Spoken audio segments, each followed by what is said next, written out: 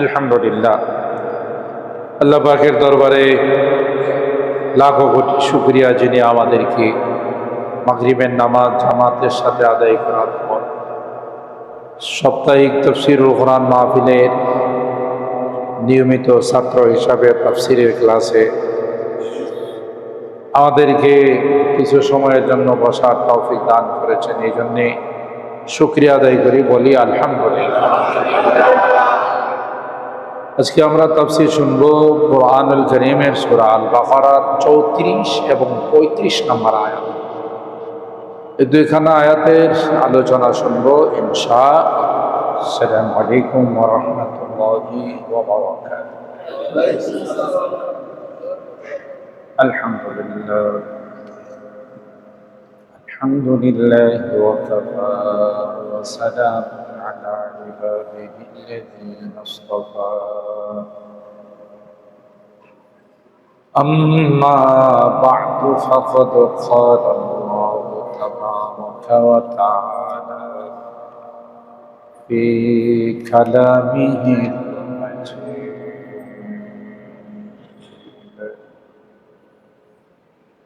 وفي فرقانه الحميد. أعوذ بالله من الشيطان الرجيم. بسم الله الرحمن الرحيم.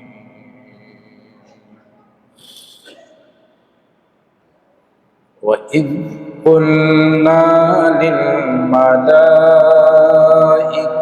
اسجدوا لآدم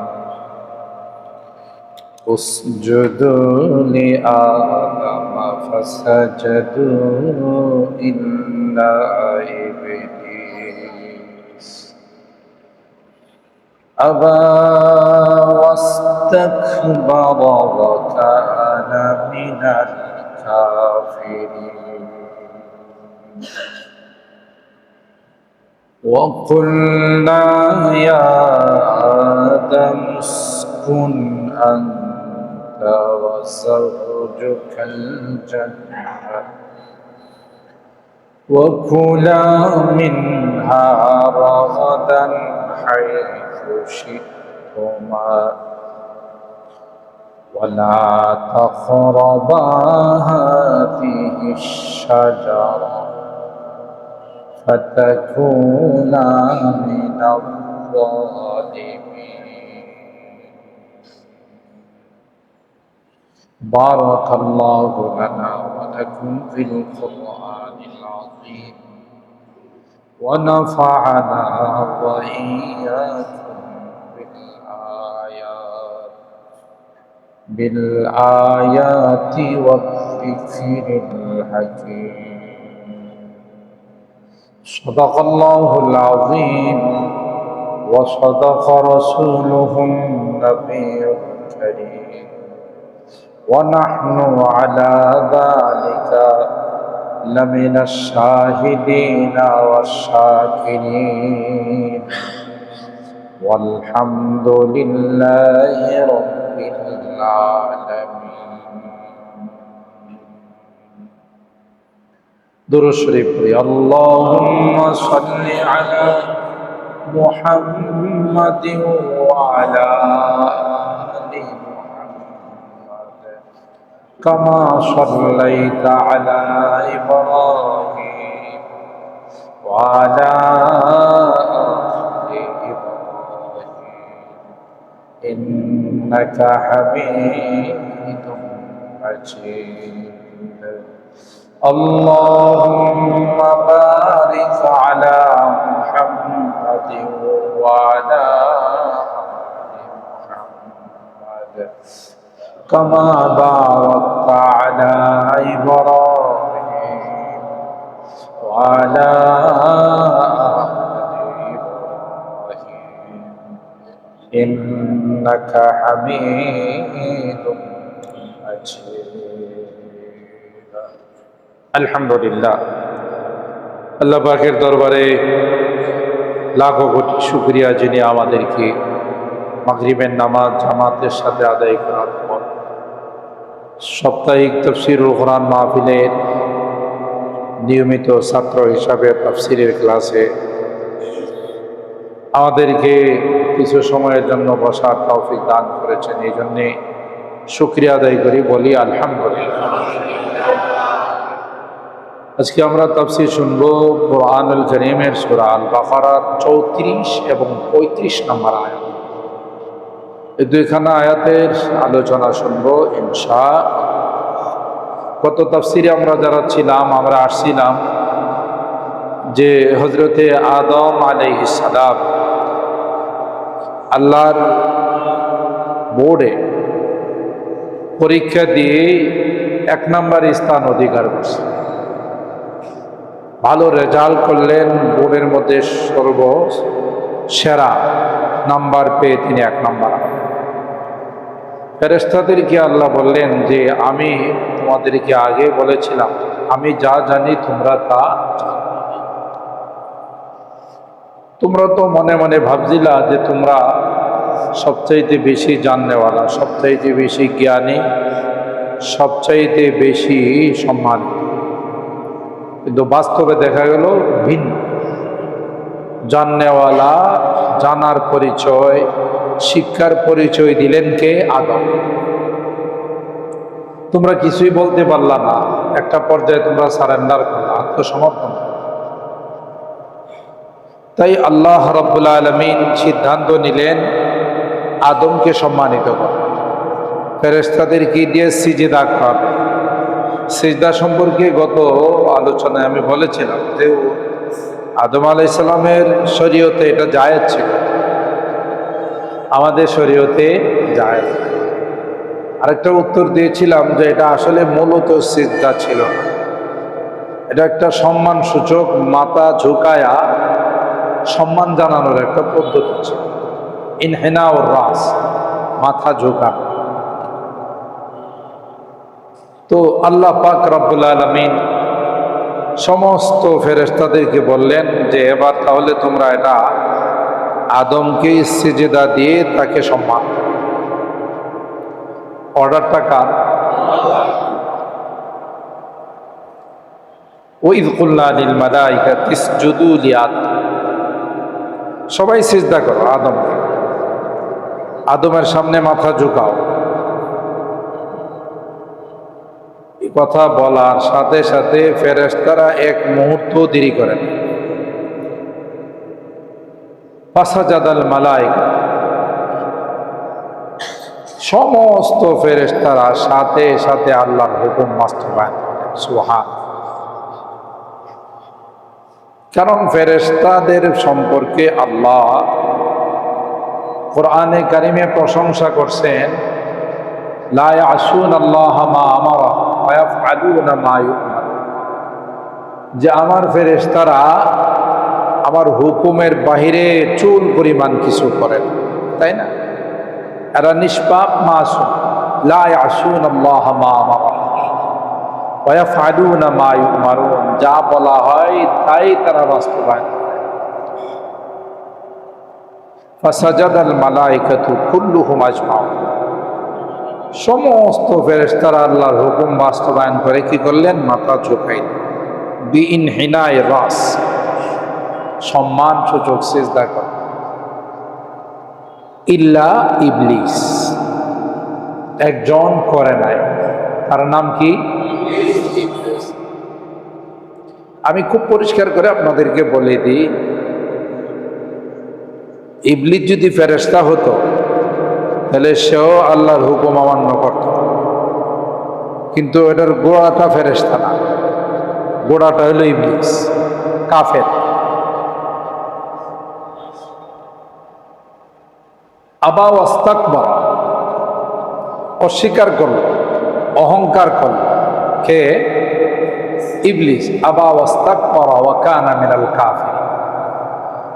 আল্লাহ বলেন যে করবে নাই কেন? হ্যাঁ তো ফেরেশতাই না, এর তো গোড়া নষ্ট, জাত খারাপ, এত হলো একজন কাফের, বেঈমান। তো ওখানে কেন গেল, কিভাবে গেল? ইতিহাসের পাতা খুললে দেখা যায় ইবলিসে আসলে ভালো মানুষ সাইজা ফেরেশতাদের সাথে মিশে গেছে। থাকতে থাকতে একটা কথা আছে না, সৎসঙ্গে স্বর্গবাস, অসৎসঙ্গে স্বর্গবাস।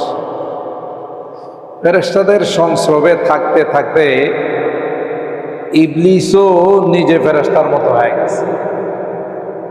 একটা পর্যায়ে সে তাউসুল মালাইকা, মুআল্লিমুল মালাইকা, ফেরেশতাদের হেডমাস্টার হয়ে গেছে, ফেরেশতাদের প্রধান শিক্ষক হয়ে গেছে। কে? ইবলিস। কিন্তু জাতিগতভাবে সে কি নয়? ফেরেশতা নয়। দেখেন না, কোনো কোনো দেশে বিন্দেশিরা ওই দেশে থাকতে থাকতে চলতে চলতে সিটিজেন হয়ে যায়, ওই দেশের নাগরিক হয়ে যায়। আসলে সে তার গোড়া কিন্তু ওই দেশে না, গোড়া ভিন্ন অন্য দেশ, ঠিক না? তো থাকতে থাকতে চলতে চলতে ফেরেশতাদের মতো হয়ে গেছে কে? ইবলিস। জাতিগতভাবে কি নয়?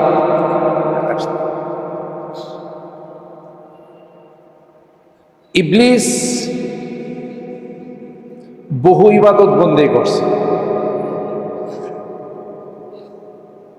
6 লক্ষ বৎসর শুধু আল্লাহর ইবাদত করছে।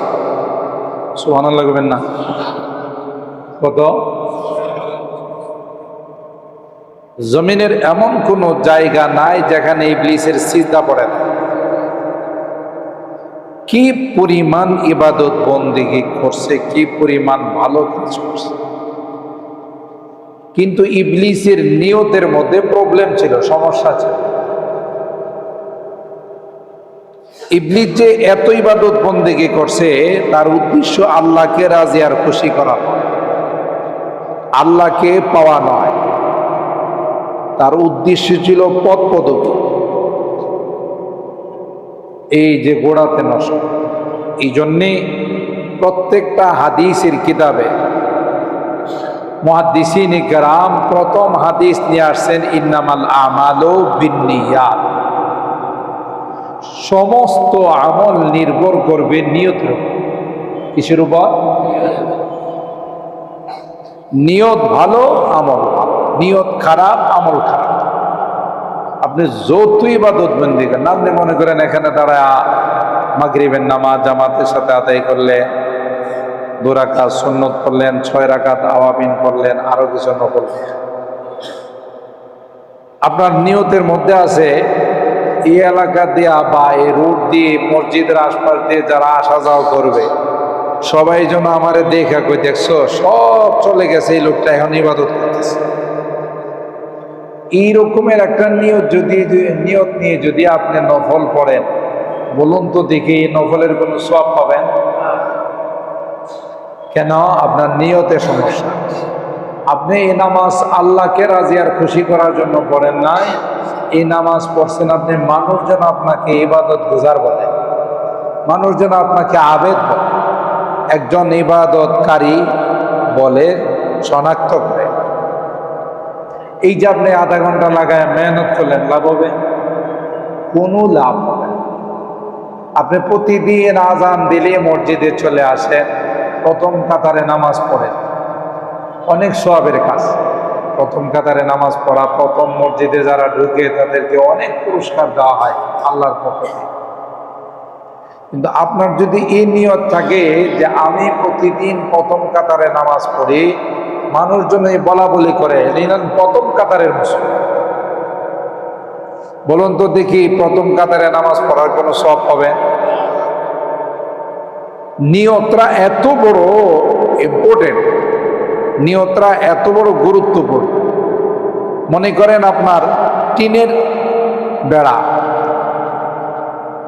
তা আপনি টিনের বেড়াতে একটা জানালা খুলছেন দক্ষিণ দিকে, জানালা খোলার সময় আপনার নিয়ত হলো যে দক্ষিণ দিক থেকে যেন বাতাস ঢুকে আমার ঘরে। মসজিদও মনে করেন আপনার বাড়ির থেকে দক্ষিণ দিকে। এখন এই জানালা খোলার নিয়তে, আরে বাতাস খাওয়ার নিয়তে যে জানালা খুললেন, দক্ষিণ দিকে যদি মসজিদ থাকে আজানের আওয়াজ আসবে না, কিন্তু কোনো সওয়াব পাবেন। কেন জানালাটা কাটার সময় আপনার নিয়ত ছিল দক্ষিণের বাতাস খাওয়া, কিন্তু এই কাজটাই যদি আপনি এই জন্য করতেন যে জানালা বন্ধ থাকলে আজানের আওয়াজ শোনা যায়, মসজিদে কখন আজান হয়, কখন নামাজ হবে, আমি এই জানালাটা কাটতেছি মসজিদের আজান শোনার জন্য। বলুন তো দেখি, ওই জানালা দিয়ে কি বাতাস ঢুকবে না? বাতাস অবশ্যই ঢুকবে, কিন্তু যতদিনই জানালা খোলা থাকবে, যতদিনই জানালা চালু থাকবে, ততদিন আপনার আমল নামায় সব বসতে থাকবে। একই কাজ, নিয়তের ব্যবধানে কত সওয়াবের অধিকারী হয়ে গেল। 6 লক্ষ বছর পর্যন্ত ইবলিসে এত ইবাদত বন্দি করলো, এত ভালো কাজ করলো, কিন্তু তার নিয়তে সমস্যা থাকার কারণে তার নিয়ত আল্লাহকে রাজি আর খুশি করা নয়। তার নিয়ত ছিল যদি দুনিয়াতে কখনো আল্লাহ তার প্রতিনিধি পাঠান তাহলে আমাকে যেন পাঠায়, কারণ যোগ্যতার দিক দিয়ে আমি বেশি। তাহলে এত ইবাদত বন্দেগী করার পিছনে ইবলিসের নিয়ত ছিল দুনিয়াতে খলিফা হওয়া, দুনিয়াতে আল্লাহর প্রতিনিধিত্ব করা, পদ পদবি অর্জন করা। এই জন্য ইবলিসের গোটা জিন্দেগির ইবাদত 1 পয়সার কাজে লাগে না। খুব খেয়াল করে, নিয়ত এত বড় জিনিস। ইন্নামাল আমালু বিন্নিয়াত ওয়া ইন্নামা লিকুল্লি ইমরিইম মা নাওয়া। ফামান কানাত হিজরাতুহু ইলাল্লাহি ওয়া রাসূলিহি ফাহিজরাতুহু ইলাল্লাহি ওয়া রাসূলিহি ওয়া মান কানাত হিজরাতুহু ইলা দুনিয়া ইউসিবুহা আও ইমরাআতিন ইয়াতাযাওয়াজু ফাহিজরাতুহু ইলা মা হাজারা ইলাইহি। বুখারী শরীফের প্রথম হাদিস, যে বুখারী শরীফকে বলা হয় কোরআনে কারীমের পরে তার মর্যাদা। সুবহানাল্লাহ। এই হাদিস দিয়ে তিনি শুরু করছেন। মিশকাত শরীফের প্রথম হাদিস, এই হাদিস দিয়ে শুরু করছেন। অনেক কিতাব, সিয়াসিফার কিতাব নিয়তের হাদিস দ্বারা স্টার্ট করছে, নিয়তের হাদিস দ্বারা শুরু করছে। ইবলিসের জীবনের সব কিছু ধ্বংস হয়ে গেল আর নিয়তে সমস্যা হয়ে গেল। যেখানে আল্লাহ হুকুম দিছেন এখানে কোনো কথা চলে, কোনো যুক্তি তর্ক? আল্লাহ বলেন আবা ওয়াস্তাকবারা ওয়া কানা মিনাল কাফিরিন। সবাই সিজদা করলো, সবাই আমার হুকুম মানলো, ইল্লা ইবলিস মানে নাই, মানে তো নাই, অস্বীকার করছে, অহংকার করছে। আল্লাহ ইবলিসকে জিজ্ঞাসা করলেন ক্বালা মা মানাকা আল্লা তাসজুদা ইয আমারতুক। আমি হুকুম দিলাম, সবাই সিজদা করলো, তুমি কেন করলা না? প্রশ্ন করলেন ইবলিস। ইবলিস আল্লাহর কাছে যুক্তি তর্ক পেশ করে বলে ক্বালা আনা খায়রুম মিন খালাকতানি মিন নার ওয়া খালাকতাহু মিন তিন। এই যে দেখছেন, ভিতরে শয়তানে ঢুকে গেছে। আল্লাহ কয় কেন সিজদা করলা না? ইবলিস কয় আমি কেন সিজদা করব? কেন সিজদা করবা মানে যাকে সিজদা করতে বলছো তার মর্যাদা আমার থেকে বেশি না কম? তার সঙ্গে তো আমার কোনো তুলনা হতে পারে না, আমি তো অনেক মর্যাদাওয়ালা। নিজে যাকে বড় মনে করে সে তো বড় নয়, লোকে যাকে বড় বলে সেই বড় হয়, ঠিক না? আমি আমাকে মনে করলাম অনেক কিছু, মানুষ আমাদের পাত্তাও দেয়। এই বড় মনে করার কোনো অর্থ আছে? মান কানা ফি আয়ুনিহি সগীরা কানা ফি আয়ুনিন নাসি কাবীরা। হাদিসের মধ্যে আসে নিজের কাছে যে নিজেকে ছোট মনে করবে আল্লাহ মানুষের কাছে তাকে বড় বানাই দিবে। ক্বালা আনা খায়রুম মিনহু খালাকতানি মিন নার ওয়া খালাকতাহু মিন তিন। ইবলিস কয় আমি উত্তম। আল্লাহ কয় কি কারণে তুমি উত্তম হইলা? কয় আমারে বানাইছো তুমি আগুন দিয়া, আর আদমরে বানাইছো মাটি দিয়া। মাটিরে যত শক্তি দিয়ে ঢিল মারা হোক উপরে যায় না, নিচে চলে আসে। যত দূর শক্তি আছে ততটুক যায়, এরপরে আবার নিচে চলে আসে। আর যত নিচে আগুন জ্বালানো হোক ওই আগুন কিন্তু নিচের থেকে উপরের দিকে আসে পড়ে। তাই আমার যেহেতু আগুন দেওয়া বানাইছে, আমার মর্যাদা আদম থেকে বেশি। নাউজুবিল্লাহ। আচ্ছা, আমি আপনাদের জিজ্ঞাসা করি, মাটি বানাইছেন কে? আগুন বানাইছেন কে? পানি বানাইছেন কে? সব কিছু বানানেওয়ালা জাত কে? তাহলে কার গুণ কম, কার গুণ বেশি? এটা কি ইবলিস বেশি জানে না আল্লাহ বেশি জানে? তাহলে তর্কটা কার সাথে করলো? যিনি বানাইছে আল্লাহর সাথে। আরে আল্লাহ কয়, এই গাদা, মাটি তো আমি বানাইছি, আগুনও আমি বানাইছি, নূরও আমি বানাইছি, পানিও আমি বানাইছি।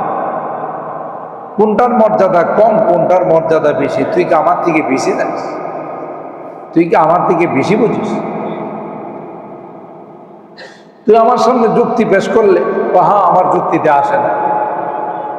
আচ্ছা বলুন তো দেখি, সব কাজ কি যুক্তিতে আসে?